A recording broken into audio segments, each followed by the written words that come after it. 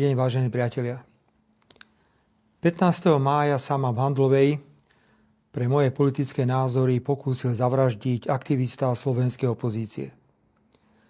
Skvelý zdravotnícky tím v Rooseveltovej nemocnici v Banskej Bystrici zabránil najhoršiemu. Teraz sa už rovnako kvalitne ambulantne o mňa stará nemocnica svätého Michala v Bratislave. Ak všetko pôjde optimálne, postupne by som sa do práce mohol vrátiť na prelome júna a júla. Je na čase, aby som urobil prvý krok a tým je odpustenie. Necítim žiadnu nenávisť voči neznámemu človeku, ktorý ma dostrieľal. Nebudem voči nemu vyvíjať žiadne aktívne právne kroky ani žiadať náhradu škody. Odpúšťam mu a nech si to, čo učinil a prečo tak učinil, vysporiada on sám vo svojej hlave.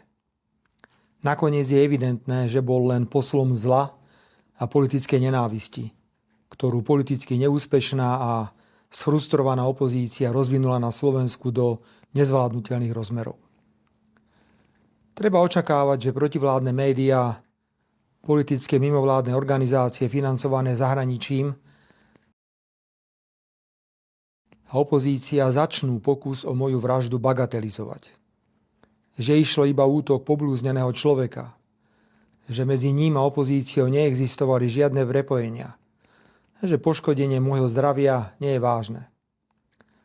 Vždy som si chránil svoje súkromie, preto aj teraz sa obmedzím len na konštatovanie, že útok mi spôsobil vážne poškodenie zdravia. Opakované operácie, veľa bolesti a utrpenia. Bude malý zázrak, ak sa do práce vrátim o niekoľko týždňov.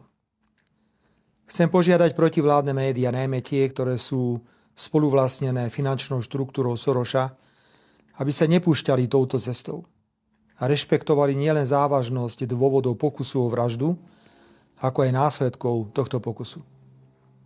A opäť ich vyzývam, aby urobili už známy test Robertom Ficom. Ako by sa správali, keby sa niečo obdobné stalo jednému z lídrov slovenskej opozície a útočníkom by bola osoba s prepojeniami na Smer, slovenskú sociálnu demokraciu. Nemám žiadny dôvod veriť, že išlo o útok osamelého pometenca. Už niekoľko mesiacov verejne komunikujem, že pravdepodobnosť atentátu na vládneho politika sa na Slovensku blíži k istote. Hovoril som to verejne v médiách a na tlačových konferenciách. Povedal som to všetkým veľvyslancom krajín Európskej únie a NATO na Slovensku. Tému som otváral aj na viacerých bilaterálnych stretnutiach s mojimi partnermi. Pred niekoľkými týždňami som na rokovaní vlády dokonca požiadal ministrov, aby nechodili do davu. Nie, nemal som žiadnu spravodajskú informáciu. Ale moje skúsenosti z 32-ročného pôsobenia v politike ma varovali. Počas dlhej politickej kariéry som sa vždy opieral o základné politické právo na iný názor. A principiálne nesúhlasím s politikou jediného správneho názoru, ktorú dnes tvrdo presadzujú niektoré veľké západné demokracie. Odmietam zasahovanie do vnútorných záležitostí iných krajín, či násilný vývoz demokracie do krajín, ktoré sa rozhodli ísť vlastnou cestou. Slovensko nemá ekonomické a vojenské nástroje na silové presadzovanie svojich záujmov. Musíme sa preto neustále usilovať o dôsledné dodržiavanie medzinárodného práva a mať odvahu pomenovávať veci pravdivo, bez ohľadu na to, aké veľké krajiny sa dotýkajú. Ak má malá krajina, ako je Slovensko, politických lídrov s takouto výbavou, nemá to v medzinárodných vzťahoch vždy jednoduché. Nie všetky veľké demokracie boli nadšené, keď som odmietal bombardovanie Belehradu alebo stiahol slovenských vojakov z Iraku. Blokoval zavedenie povinných kvót pre nelegálnych migrantov, či radikálne odmietal návrh na zrušenie práva veta pre členské štáty Európskej únie. Sebavedomá, suverénna slovenská zahraničná politika, vychádzajúca síce z členstva v EÚ a v NATO, ale orientovaná na všetky 4 svetové strany, nie je jednoducho v móde. Situácia vo vzťahoch medzi mojou politickou reprezentáciou a partnermi v EÚ a v NATO sa vyhrotila po ruskom útoku na Ukrajinu, kde sme odmietli poskytnúť Ukrajine okrem humanitárnej pomoci akúkoľvek vojenskú pomoc zo štátnych zásob a kde naďalej zásadne uprednostňujeme mier pred vojnou. Je to práve konflikt na Ukrajine, ktorý v Európskej únii a v NATO ešte viac posilnil, doslova posvetil koncept jediného správneho názoru. A to, že vojna na Ukrajine musí pokračovať za každú cenu s cieľom oslabiť Ruskú federáciu. Kto sa s týmto jediným povinným názorom nestotožňuje, je okamžite označovaný za ruského agenta. Je medzinárodne politicky odsúvaný na okraj. Je to kruté konštatovanie, ale v Európskej únii prestalo existovať právo na iný názor. Po vyhratých parlamentných voľbách v septembri 2023, keď sa Smeru slovenskej sociálnej demokracii podarilo zostaviť štvrtú vládu, začalo dochádzať k absurditám. Strana európskych socialistov, ktorej je Smer dlhoročným členom, namiesto blahoželania k víťazstvu v voľbách pozastavila Smeru členstvo, preukázateľne pre iné názory na vojnu na Ukrajine a našu veľkú rezervovanosť pri podpore extrémnych názorov v etických otázkach. Počas zasadnutia V4 v Prahe došlo k pokusu, našťastie neúspešnému, rozbitie tejto významnej štruktúry regionálnej spolupráce s odôvodnením, že Slovensko a Maďarsko majú na niektoré medzinárodné témy iné názory.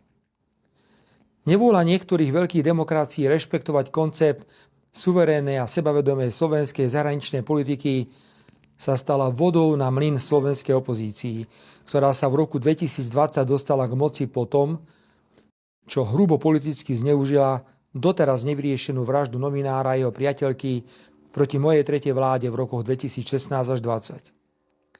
Vláda, ktorú v rokoch 2020 až 2023 vytvorila opozícia, sa plne podriadila záujmom veľkých krajín. A predovšetkým po začatí vojny na Ukrajine okamžite prijala koncept jediného správneho názoru a doslova vyrabovala slovenské ozbrojené sily. Znížila v zásadnej miere obranyschopnosť Slovenska a nekriticky sa postavila na stranu krajín presadzujúcich vojenské riešenie konfliktu na Ukrajine. Za to si mohla na Slovensku vláda robiť čokoľvek. V rokoch 20 až 23 došlo k masívnemu zneužívaniu trestného práva na likvidáciu opozície. Bez dôkazov boli obviňovaní a do väzby posielaní predstavitelia opozície, boli podozrivé úmrtia vo výkone väzby.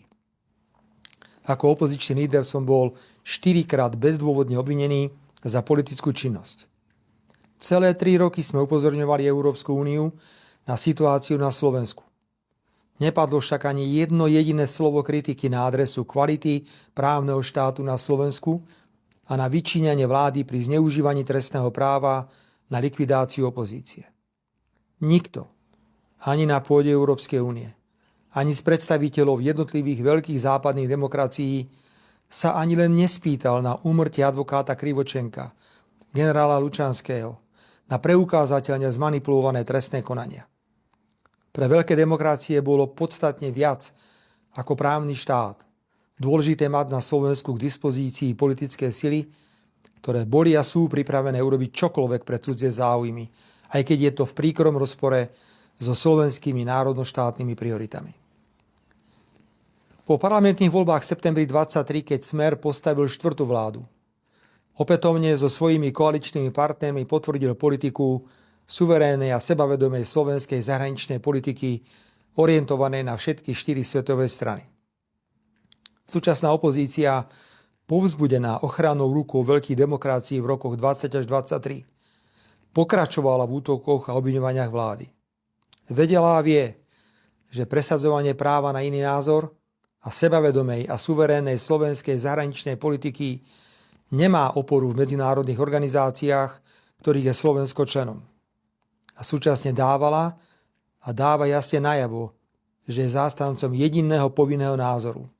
Je za vojnu na Ukrajine, je za zrušenie práva veta, považuje Rusko a Čínu za smrteľných nepriateľov.